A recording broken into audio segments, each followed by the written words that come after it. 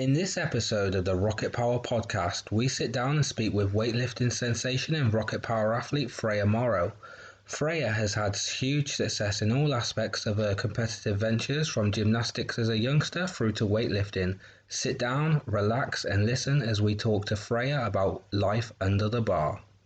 Ladies and gentlemen, Fraer Morrow. How are you, Fraer? I'm good, thank you. How are you? I'm very well, thank you. How is lockdown treating you? It's getting on a bit now. It was fine at first because it was all new and everything. Being at home training, it's like being a full-time athlete again. But now it's like back to the gym. I just want to go back to work. Well, we are going to get into life in lockdown and you being at the gym and you home training later on in the podcast. Yeah. But I wanted to start the podcast with a little bit of fun. So I'm going to start the podcast by talking about your true love in your life, donuts. What I would like to do in CrossFit Games fashion is rank your favourite donuts. We're going to rank from third, second and first. And there's also a spirit of the games. So I want the flavour, where they're from and why they make that position. So there's 4 choices: third, second, first and a spirit of the games. So let's go with number 3 and why it places and what flavour and where it's from. Oh gosh. Number 3. Do you literally like every flavour of donut? There's not one donut that you don't like? There's not one donut that I've eaten and been like, oh, I'll not have that again. Okay, because I could easily cast aside chocolate because I don't like chocolate. So if someone's like, oh, do you want a chocolate donut? Nah. And then sometimes like lemon drizzle, it's like I can give or take it. It's not really a true passion of mine, but if it was dark chocolate or just like normal milk chocolate, I'd still have it, but it's not my favourite. But if they said it's white chocolate, then I'd be like, yes, straight away. White chocolate is a game changer. It really is. And then if you had like raspberry in there or cherry, it makes it 10 times better as well.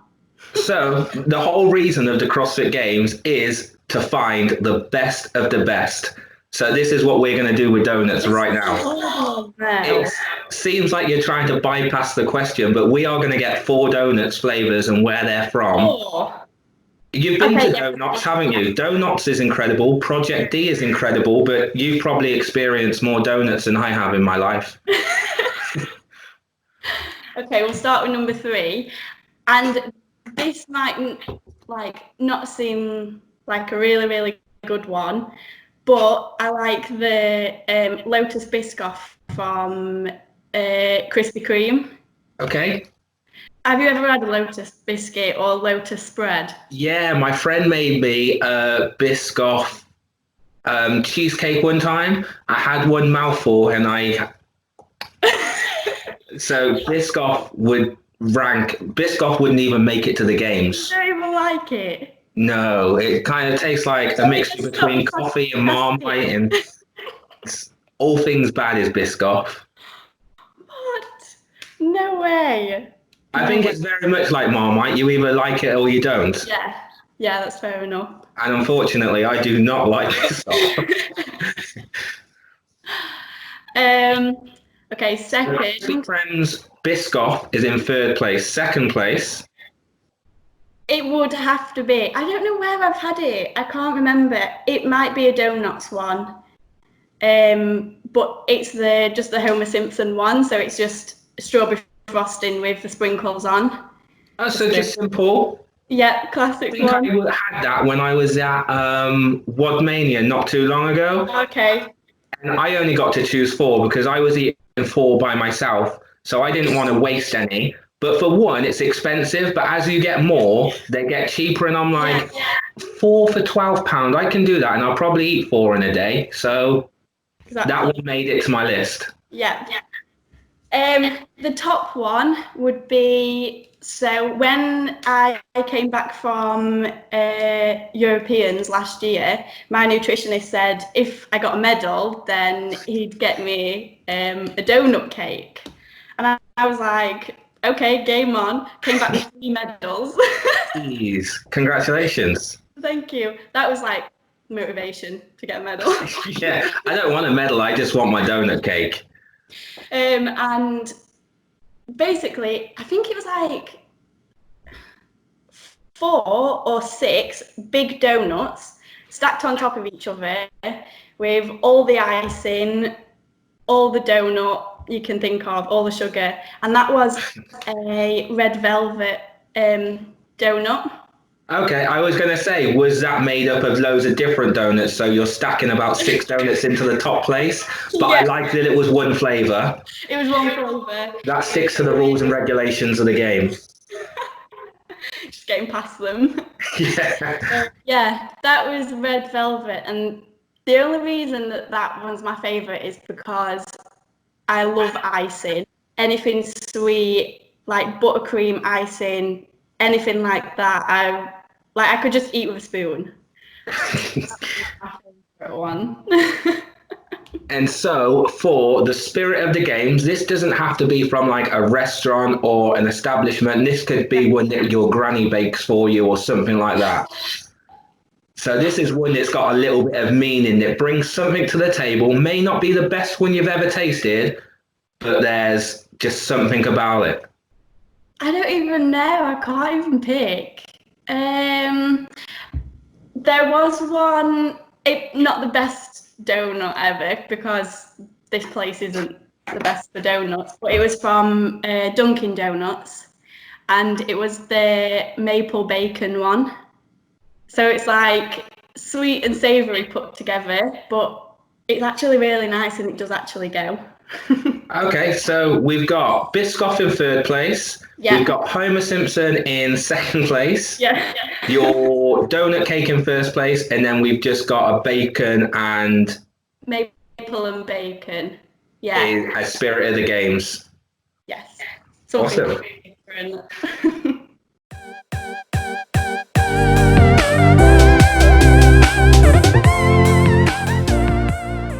So, for the majority of people listening, they know Fraer the weightlifter and follow you on Instagram. Maybe they know that you did a little bit of gymnastics back in the day, but I'd like to dive a bit more into your background so the listeners get to know a bit more about, or a bit more than Fraer, the Instagram account.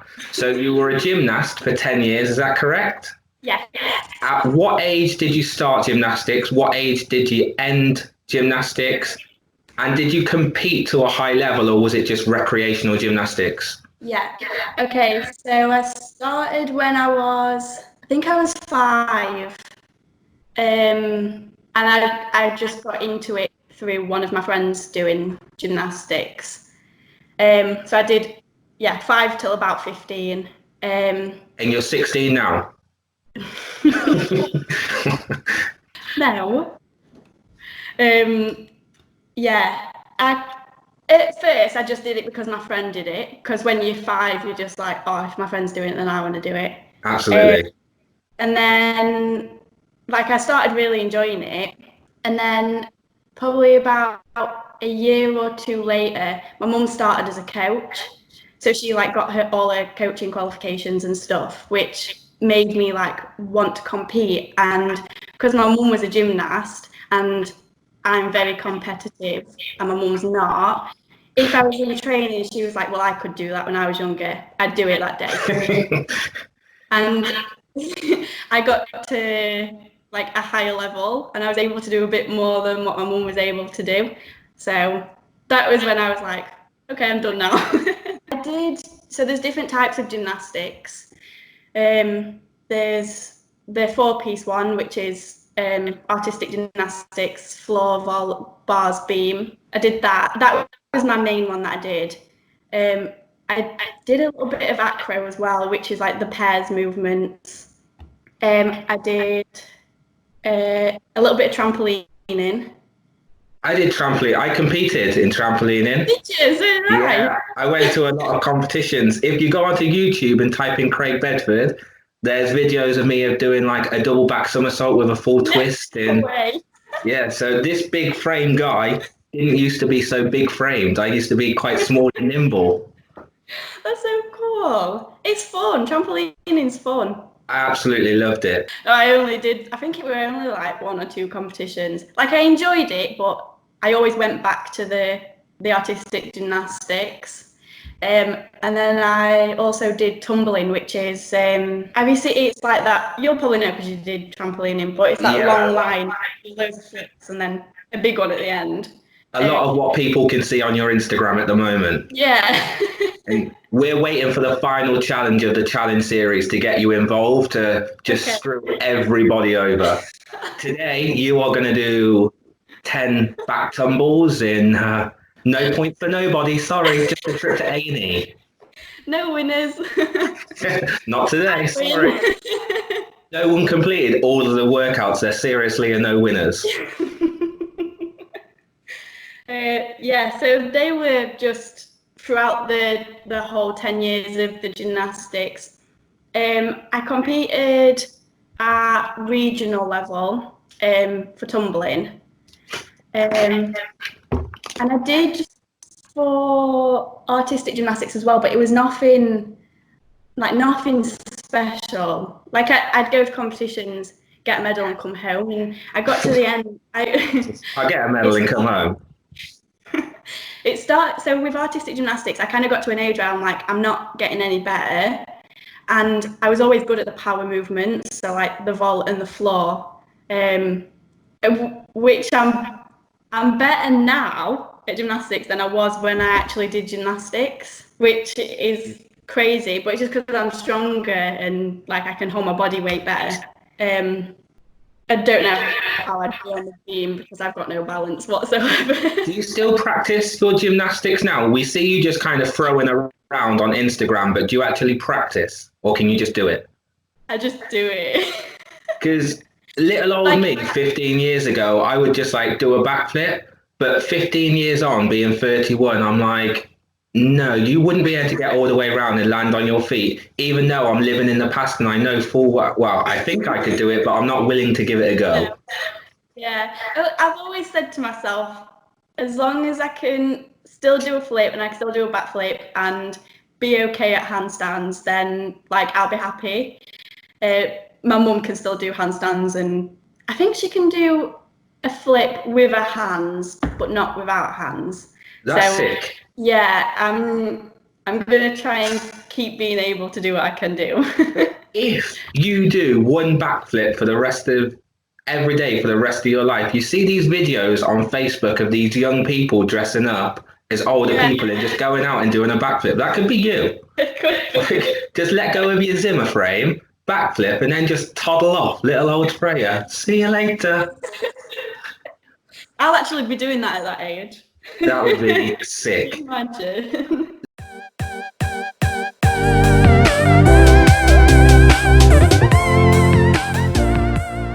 Let's talk about your CrossFit career or lack of career, whatever you'd like to call it briefly. How long did your CrossFit career last?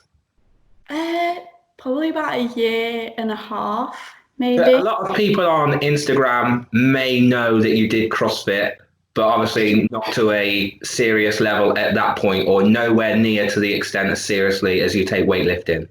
Yes. Well, I did take it seriously for that year. In it, I started when I was just before I was 16, so it was like a month before I was 16. How old are you now, if you don't mind me asking, just to get some perspective of gymnastics was... Okay. Yeah, nearly 22, but 21. Is your birthday going to be during lockdown? Probably. It's July, so... More than likely. Yeah. At the rate we're going. Yeah.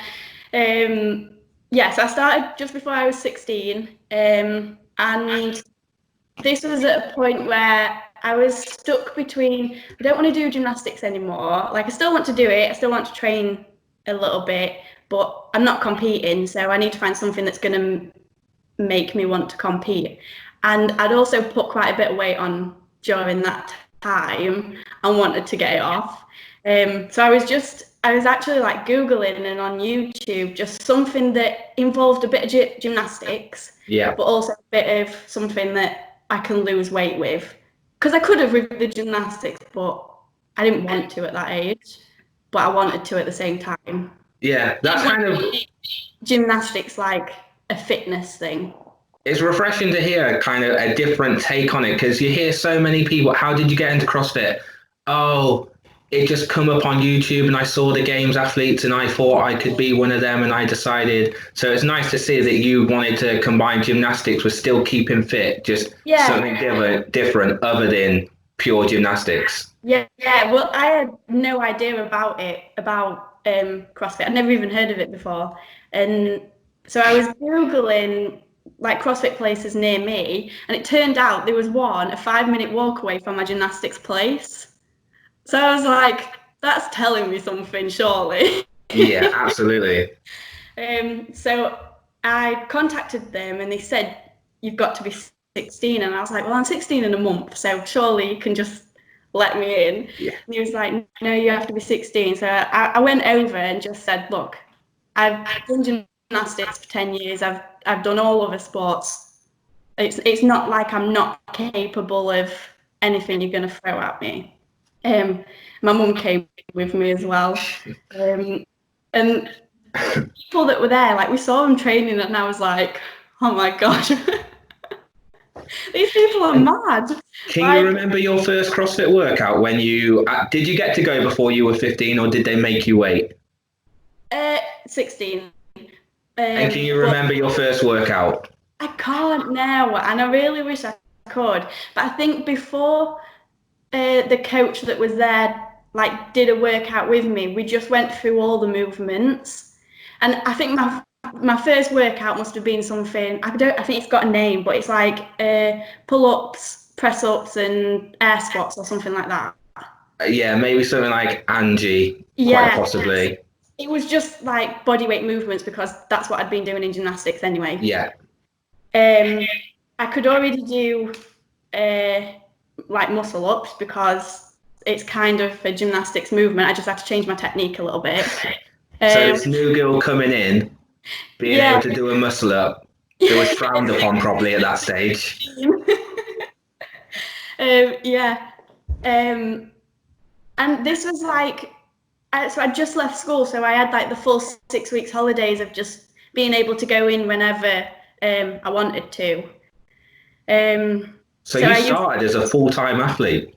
Basically. 6 weeks as a full-time athlete. Yeah, but so the 6 weeks had happened and we'd been through like all the movements and stuff. And then obviously in the September, that's when I started college. And this is when it started to get serious, and I didn't realise how serious it was getting. So I used to go in the morning for the 6 o'clock one. So I used to do 6 till 7. My grandma used to take me and bring me back, and then she'd so we'd get back home, I used to eat, shower, whatever, and then she'd drive me to college. I'd go to college, and then after college at like 4 o'clock, I'd walk down to the CrossFit box, train, and then go home and that was like most days. So you trained class in the morning. In the evening, did you do the same class because you wasn't that experienced within CrossFit, or did you do some individualized programming? Yeah, individual.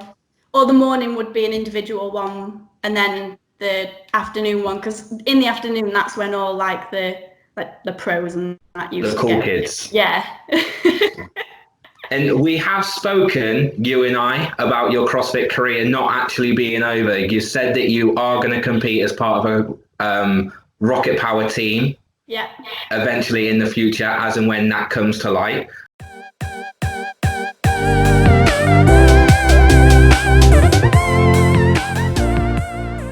But let's talk about how CrossFit went to full-time weightlifting. Okay. I really enjoyed the weightlifting side of it a lot more than like the running and the rowing. I hated rowing, still hate rowing. It's the worst thing you can ever do. During the time of you starting CrossFit, and you just said that you didn't really like the cardio, you loved the weightlifting.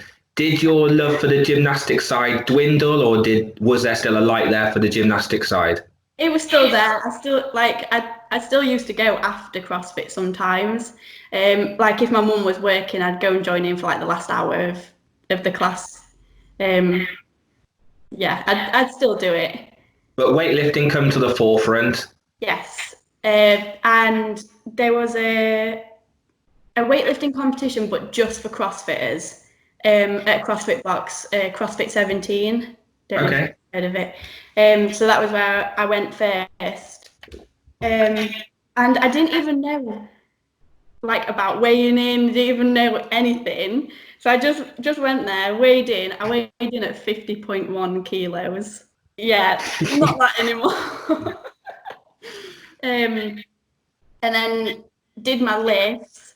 I got a medal, and I also won like lifter of the day, which I don't think that's actually a thing anymore at weightlifting competitions. But I think because it were a CrossFit one, Yeah. more like, oh, we'll give away loads of stuff.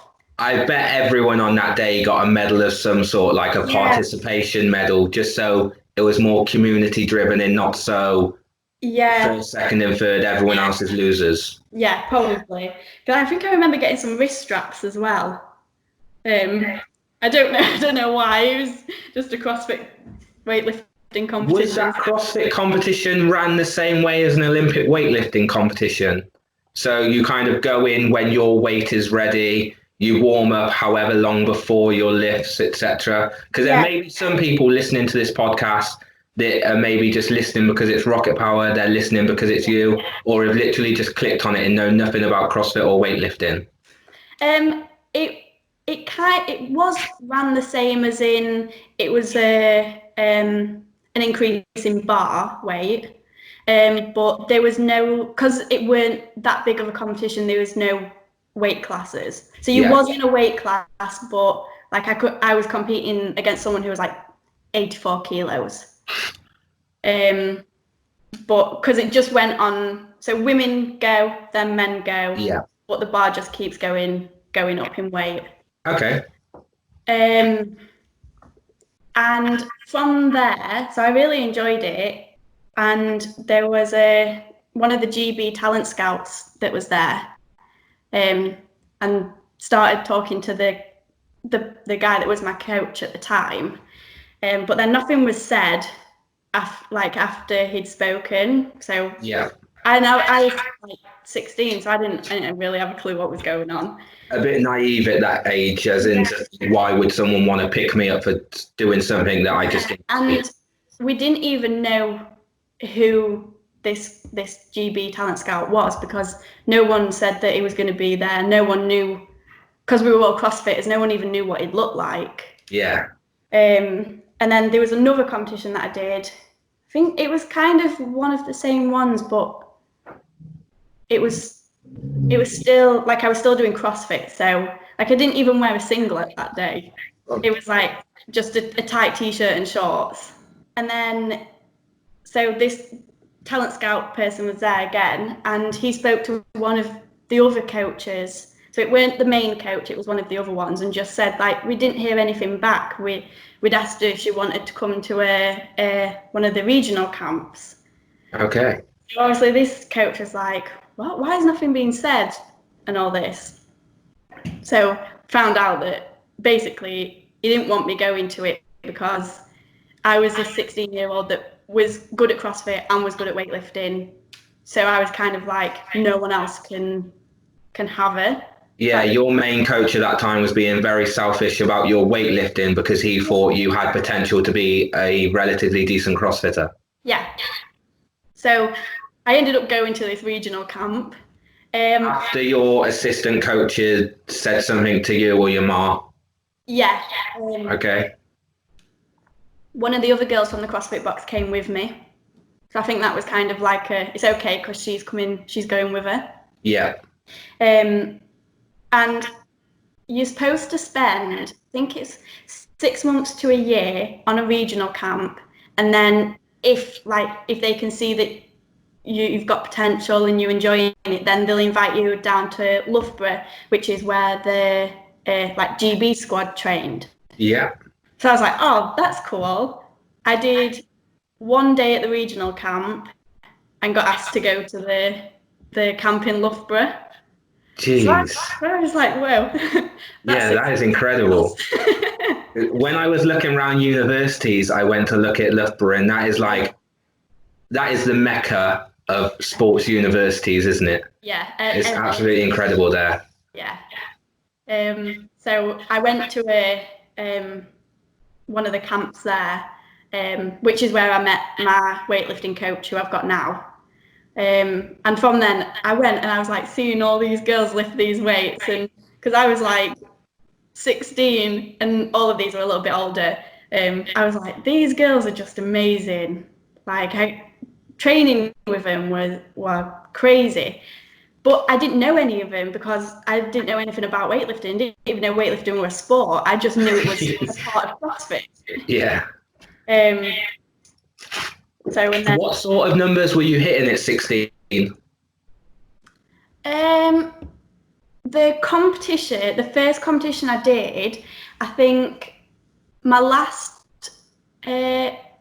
snatch was 64. So really impressive for a 16, 17-year-old in something that a lot of 25 to 28-year-olds would dream of at this point. Yeah. I think my clean and jerk were about 74. It must be like that because, like, looking back now, 74 for me is warm up for a snatch, not a clean and jerk. Simple. Yeah. So yeah. Decent. And then after the training camp, how long were you at Loughborough for? Were you there for the year? I used to go just for like 1 or 2 days a week. Were you still at college at this point? Yeah, so I finished my year of college, and then that's when I started going to Loughborough more, because at the time the GB weightlifting squad had some funding. Okay. So me being 17 was just like, yay, funding. Yeah. Not finishing college, not doing anything. What were you studying at college? Was it anything related to sport? Yeah, I did sport and exercise science, and I also did fitness instructing as well, but that was like kind of on the side. Yeah. So I luckily got them under my belt before I was like, okay, I'm not doing my second year, all of this. Spent a good year training weightlifting we had funding, could go see physio whenever. We had that would be a dream. Yeah, it was I would be seeing a physio, masseuse and chiropractor in one day. I'd like just stack them up 9, 10, 11. Rest of the day I am eating. Yeah, it was good. And we always had like set times for training and stuff. So we'd used to train most days twice a day, 10 o'clock and 4 o'clock. So we all kind of got into a routine. And I didn't live in Loughborough at this time, but I used to travel up with one of the other girls. We'd stay over for 1 or 2 nights, and then we would come back home and do that every week. How long were your training sessions if you were to train twice a day? Would they just be like a couple of hours, so a solid warm-up, technique, and then get some weight and go through that programming? Yeah, the first session was usually technique-based, and then the second session was like our normal weightlifting session. But we used to do them Monday, Wednesday, Friday. We used to have double sessions then. I can remember one of our sessions, we'd spend like a full-on hour working on abs, like all work. And we used to have to do this, it was a strength thing. What's it called? I can't remember the name. But we used to have to sit on a GHD machine and hold the positions forwards, both sideways, and then on your back as well. Yeah. And we used to have to hold it. Well, you had to get, once you got to 3 minutes, that was it. So 3 minutes, and then you could stop. Okay. The back one, I managed to get 3 minutes. The side ones, I've got one side stronger than the other by probably like a minute. And the front way, so like holding it like this, I think I lasted about 20 seconds. Oh.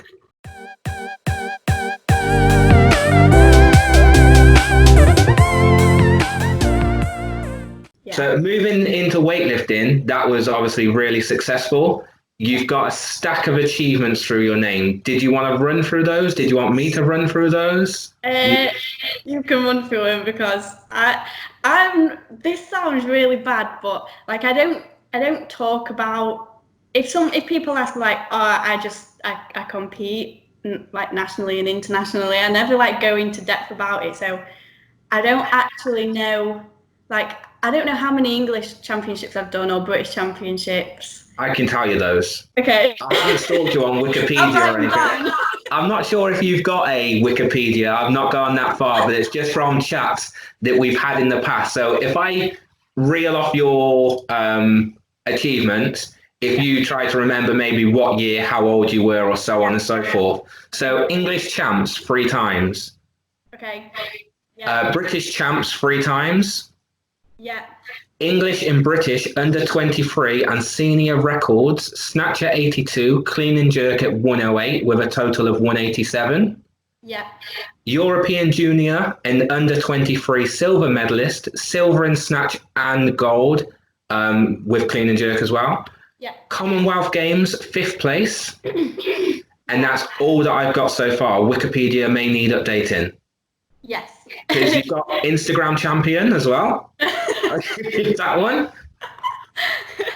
So, out of all your achievements, what would you say that you're most proud of? So far? Yes, so far. This is a hard one because obviously an international medal is what we train for. So on paper, it should be the European Juniors last year. Yeah. But I think because I'd say the Commonwealth Games, even though I didn't get a medal or anything, the fact that I'd only been training like properly probably 2 years before, and during the time of the qualification period, like I wanted to go, so I was going to go. Yeah. There was no like, oh, it could be me, it could be someone else. I was like, I'm always gonna, even if it's by a kilo, I'm always gonna beat whoever's behind me. Yeah. I can remember getting messages being like, oh, have you seen so and so lifting these weights? Have you seen them doing this? And I'm like, I don't care. I'm not going. I'm going. Yeah. Looking at the list of all your achievements, a lot of people, obviously everyone in the world, even if you're living under a rock, you know the Olympics. So if that was to be there, that would be there. And then the next one is like the Commonwealth Games. Yeah. And then for people that don't really know much, they may not know about the English Championships, the British Championships, and all the other, I want to say smaller events, but for you, they are not small in the slightest. But people will know the Commonwealth Games and the Olympics. Yeah, and they're the two that you always, like, if someone goes a sport, if someone's doing a sport, they either mention the Commonwealth Games or the Olympics anyway. So it's just, it's what people know. And when I first started weightlifting, I would have never thought that I would have been going that soon. But how long into your journey was it? The 3 years. That's including like the CrossFit year, I think. Oh, so really soon. Yeah, 3 years. Yeah. Yeah. That's pretty sick. Bad. Yeah. And then off the back of all your weightlifting, you've had some really cool experiences and opportunities come your way. One of which being a RocketPWR athlete, but you're also a knocko athlete, and that's a pretty big deal for people in our sporting world. Yeah. So at the beginning of the year, you got to go to London for the CrossFit Sanctional Strength and Depth to be part of the knocko stand and to put on an exhibition. Yeah. How was that experience? Can you talk us through the day? How much lifting did you do?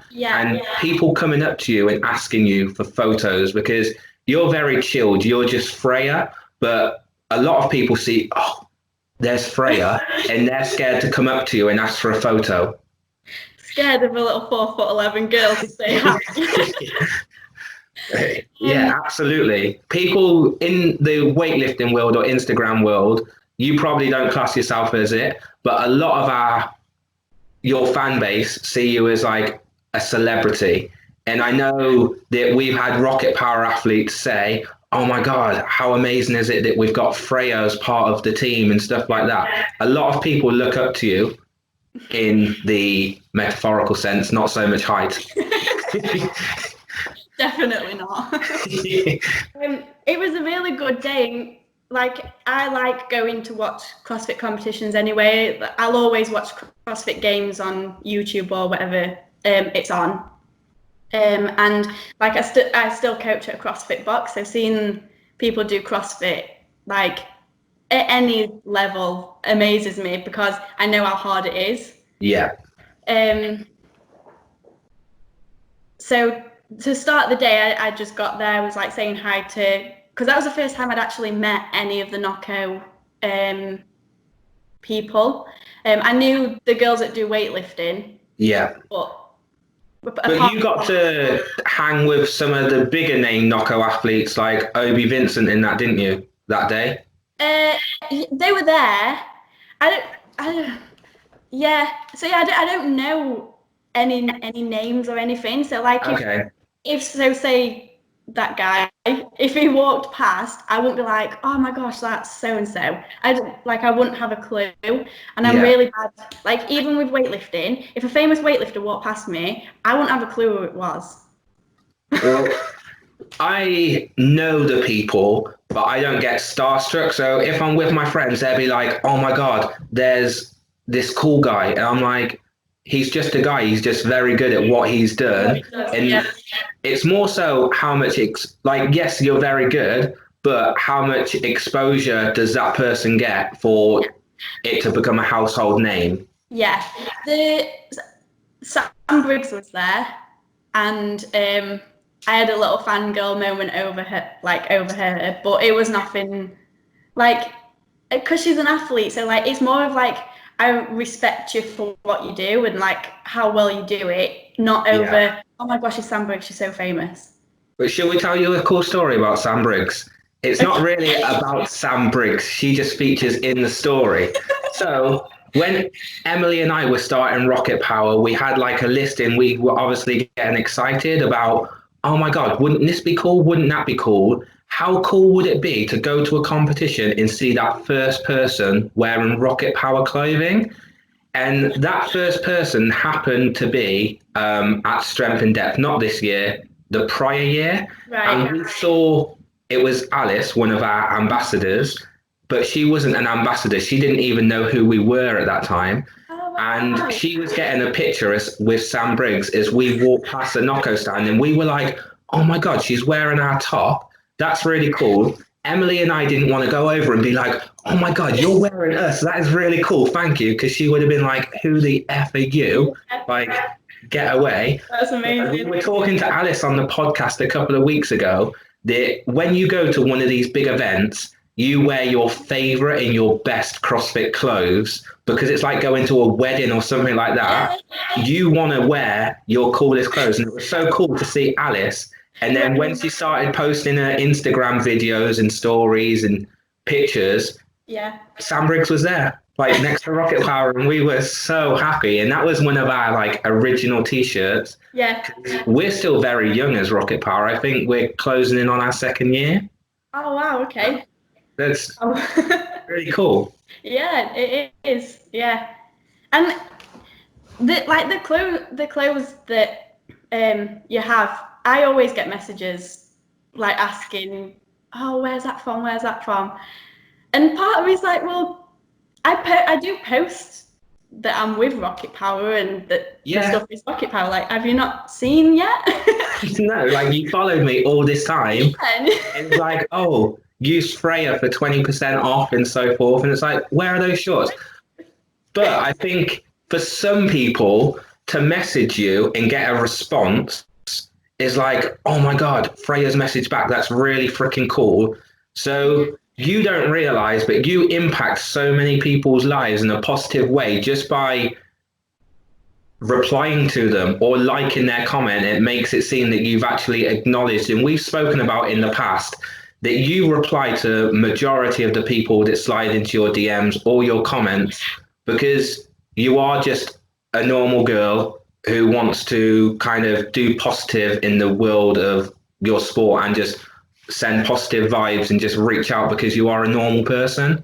Yeah, and I know some people that like have a little bit more of a following than me, but like they won't interact with any of the followers, and like not that you have to, but I just feel like if people kind of know that you're like approachable, then Yeah. I don't.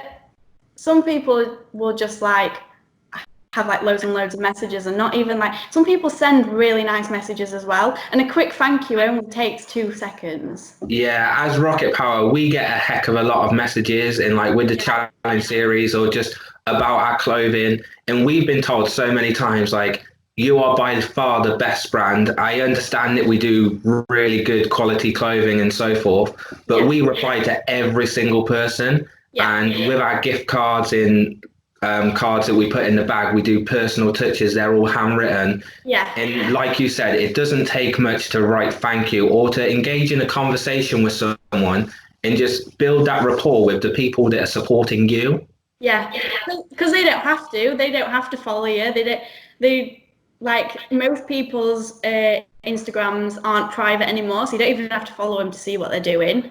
Yeah. You know, it's like, yeah, I don't understand people that won't even like. You can even just like a comment. You don't Yeah, even and that have goes to a long way. You can just like it. On your and even so let's include your DMs as well, because I've seen people's comments to you and sometimes they get a bit creepy. Yeah. What's like the creepiest message, or do you get a lot of people asking you to marry them? Or have you not had one of those yet? I've had a few. Yeah. I think you've made it once you get to that point. Like, that's it. I am done. I'm done with Instagram now. Yeah. I think the scariest part, obviously, about Instagram and people can get in contact with you that easy, is when you go to like international competitions or even just like going on holiday. So I went on holiday in 2018. I think it was 2018. Yeah. And I got a message on Instagram and was like, are you in Spain or wherever I was? And I was like, what? So I messaged back saying, yeah. And it was like, I've just seen you walking down the street. Oh my God, that is mental. Part of me's like, well, someone's recognized me in a different country, which is really cool. But then part of me's like, where are they now? Yeah. And then you just hear that knock at your bedroom door. It's like, shit, they outside. Yeah.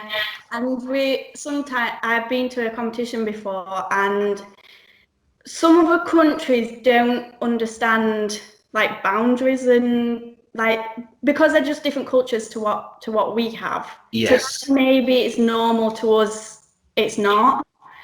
There were a waiter. So usually when you go to an international competition, the food that you have is just like a massive buffet. Like when you go on holiday, it's just all you can eat. And I got an Instagram message, and it was like it was obviously like he obviously couldn't speak that good English, and it was something like, it was a pleasure serving you today. Hope you enjoyed your food. And like, so he found you on Instagram to send you a message. Yeah, but that means if he's on Instagram, he can easily look he obviously knows what my name is. Yeah. And like see like when I'm competing or who I'm in a room with. Like it can get a little bit like Yeah, it has its positive points, but things like this definitely has a downfall and negative sides to it. Yeah. And that doesn't happen all the time. That was literally the two worst things that have probably happened ever. So you get noticed abroad, as you just said. Are you a hometown hero? Do you walk out in the street and people start clapping you like it's a Thursday night at 8 o'clock and it's the NHS? Can you imagine? Oh, I think I'd be so embarrassed if someone did that.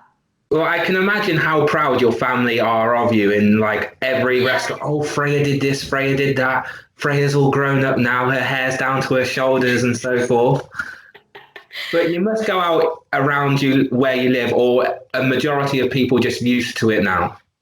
Uh, Or do I they not know?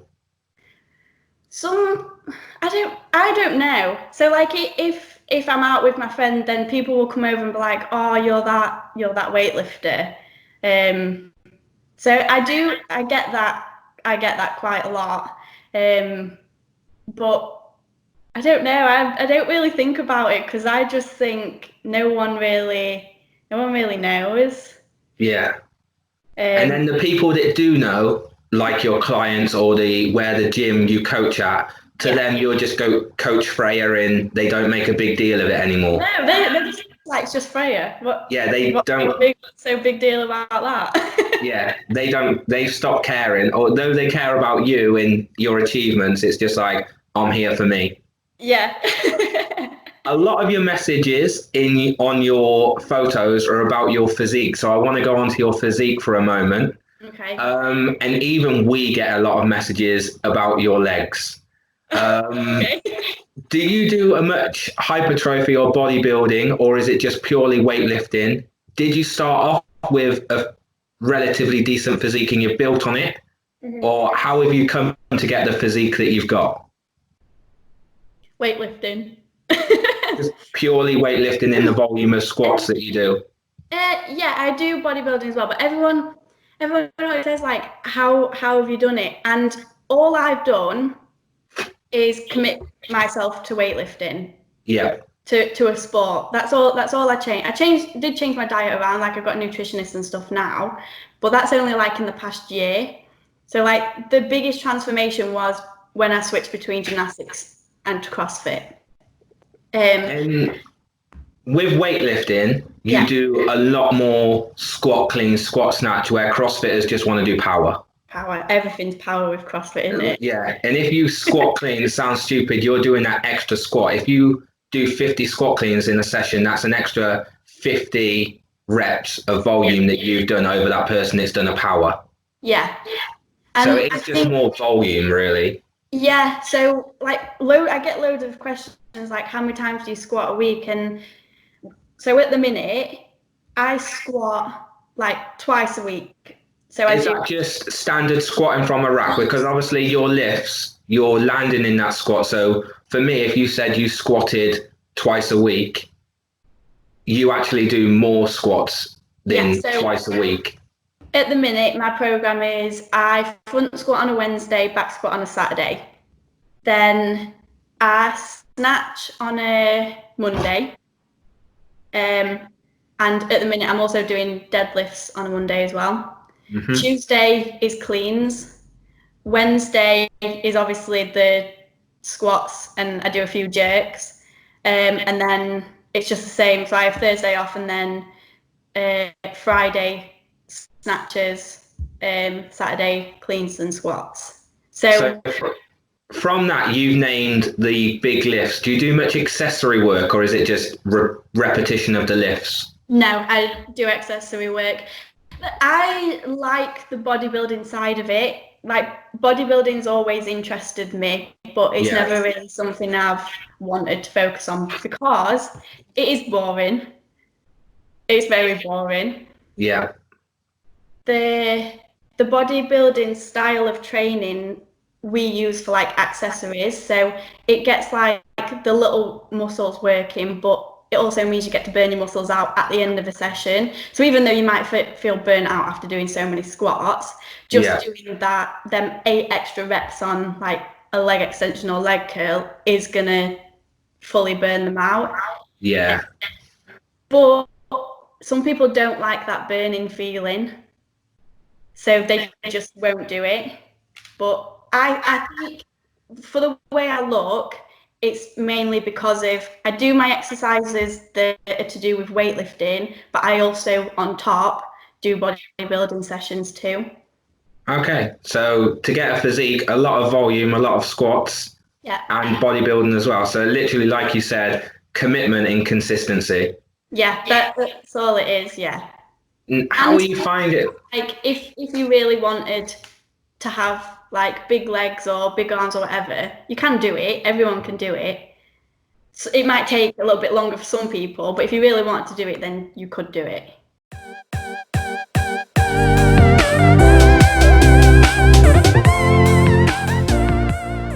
How is training at home during this time? Is it, you obviously got a home gym and you do a lot within your home gym. Do you do a lot at your home gym when lockdown isn't a thing, or do you train more so at a gym? I like both. So there has been times where like I'll just train at home, but then there has been times where I'm like, I just want to go to the gym. Yeah. I I really wanted something at home, and it to start with it was so I could do like get back to my normal training, so have like a little morning session, then an afternoon session. Yeah. But then that didn't really work out because of work, and I just would have like for me recovery is like a massive thing. Like I need my sleep. If I don't sleep, then I won't train. So that was the main reason why I got it. And then like now that I've got it here now is just the best thing that I ever did. Weightlifting is a very lonely sport and very individual. Why do you go to a regular gym if you've got everything at home? Is it just so you go to the gym and you're like, I'm here, I have to do my session? So it's more of a motivation? Yeah. I like going to the gym just because sometimes it is nice, just like say if someone walked past and like hi, even that little bit of communication can like mean a lot. Yeah. You don't even have to know the person. It could just be saying hi to you. But it's just like when you're training at home, you don't even have that. So you've got many places where you train. You train at home, your JD gyms. Do you train at your CrossFit where you coach as well? Yeah. And is there anywhere else you train as well, or just the three places? I sometimes go to Loughborough still. Yeah. And then another coach, Dave Sawyer, he has some like GB girls that train there, so I sometimes go there as well. So quite a lot. So you've gone from quite a lot of locations to now literally just training at home. Yeah. And so your majority of training is just done through wherever you want to be at that moment in time, or wherever has the equipment to do it. Yeah. Have you had many competitions cancelled during this pandemic and lockdown? Yeah. The European seniors was supposed to be on the 4th of April. That's been moved to the end of the year. Where that's based here? No, that's in Russia. Okay. And also the British Championships was supposed to be in June, but that's moved to the end of the year sometime as well. So potentially they still may get cancelled and just moved, because I believe at the moment rumours are that gyms aren't going back till October. Yeah. So mind blowing. The European seniors is the start of November, and the European juniors is like a month after, I think. So we could be getting out of this, and then it's like you're competing for the rest of the year. You've got the English, the British, the European seniors, and European juniors. And that's also because I compete in a German team and a French team as well. So their leagues start round about October time as well. So I don't know what's happening. Might be competing every other weekend by the sounds of it. It's traveling lifestyle as and when you get back to it. Yeah.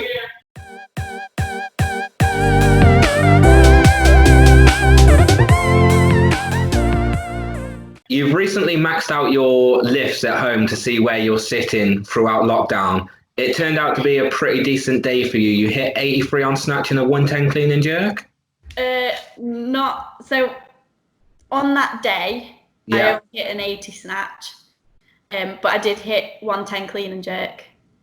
But I think it either last week or the week before, I can't remember, I hit a 84 snatch. Well, you had a really bad training session on one of your days, and you just, I think, sacked it off completely. Went back and redid that session, and that session in the evening was that evening that you then hit that 84. Yeah. So. But it just shows like if you're having a bad day or a bad session, it doesn't matter. Like, it doesn't mean you can't lift any weights anymore. But that morning I couldn't eat. Like, I snatched 75 for a single, and that was it. Like, I missed every other lift. So I was like, and I'm not one of these people who can like just get through a session. If I'm having a bad session, I'm not doing the session. Exactly the same. I know, like, I've been to the gym, walked through the door, tried to warm up. I'm like, this isn't the day, and then just sacked it off and gone home. Yeah. I won't even try, because if you're not doing it with intensity or the purpose, it's kind of like a warm up in itself, so it's not going to change you. Yeah, and mentally it doesn't help, but also if you're not feeling like that, the risk of injury has just shot up by like 50%. Yeah. So there's no point, if you're having a bad day, just either don't train or do something you know that you can do. So that session I was having, if we weren't in lockdown and that had happened in the gym, I would have just done some bodybuilding. Yeah. I wouldn't have been able to go back and do it again, just because of time and stuff. But yeah, I had a good session. How do you find lifting so heavy on your own? Because a lot of people like, oh, I'm going to PB in competition. This is really heavy. I'm going to wait until loads of people are around to support me. But you go in and lift high percentages of your 1RMs every day. Is it because you're used to it, or it's just to get the work done? I don't know. I think the way I train, most weightlifters or weightlifting coaches won't probably like agree with it or support it 100%. But like, every athlete's different. So my body responds well to heavy weights for maybe less reps than it would if I was doing like so many reps. I think like my front squat, I can front squat 125, but I can do 110 for 6 reps. Jeez, okay. So I think I don't know, you just have to find out what works best for you. So at the minute I'm doing 3-2-1, 3-2-1 on snatch and clean and jerk. And that seems to be working well, because if I get a number in my head, so like 80 kilo for the snatch, for me, that was like a mental barrier. Mm-hmm. I kept hitting it for singles until eventually I was confident enough to do it for a double. So I think it's just finding out what works well for your body. I like lifting heavy, so that's probably why my body reacts well to doing it, because I make it lift heavy. I would love just to use 50% of my 1RMs all the time. Like, I am not a guy that wants to go into the gym and squat heavy or deadlift or just clean and snatch. I find lifting heavy, this is going to sound so stupid, but I just find lifting heavy so hard.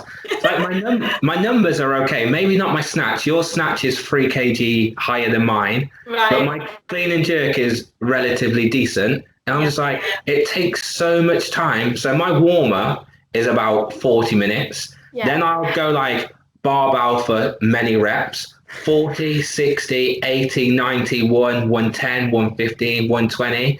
And I'm like, right, I've been here 3 hours. And now my session is starting. So, yeah, I don't take that long to warm up. Like, I do my stretches and everything, but I don't know. I've been on training camps with the girls, and I'm like halfway through my session while they're only just starting their their first exercise. Well, on the Rocket Power Athlete Day, the day after, I believe it was that you were in London with Strength and Depth, we had a few girls, myself and Emily, and we were like, oh, warm up, we'll start to take photos, so on and so forth. But I think you sat on the floor to stretch just to be part of the team instead of just grabbing a barbell to look awkward. Like you were that girl that could just whack on 60 and that would be your warm up. No, I do stretch.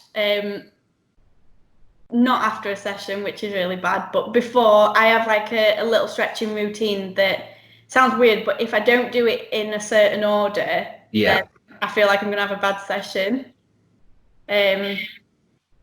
But I like from gymnastics, I'm still quite flexible anyway, so I think if I just keep on top of that, it doesn't take me that long to get everything warm and mobile. That's fantastic. And I think this is an awesome place to wrap up the podcast if we've been talking for an hour and 5 minutes now. If you're happy, we can get you back on in the future and see where all your competitions led to if you're down. Yeah. Is there anything that you'd like to add on to the podcast that we may not have touched upon? I don't think so.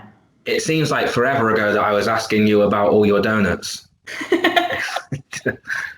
But thank you very much for your time and thank you for joining us on the Rocket Power podcast. It's very much appreciated and we shall chat to you soon. Yes, okay, thank you. You're most welcome. Have a great day, Fraer. You too.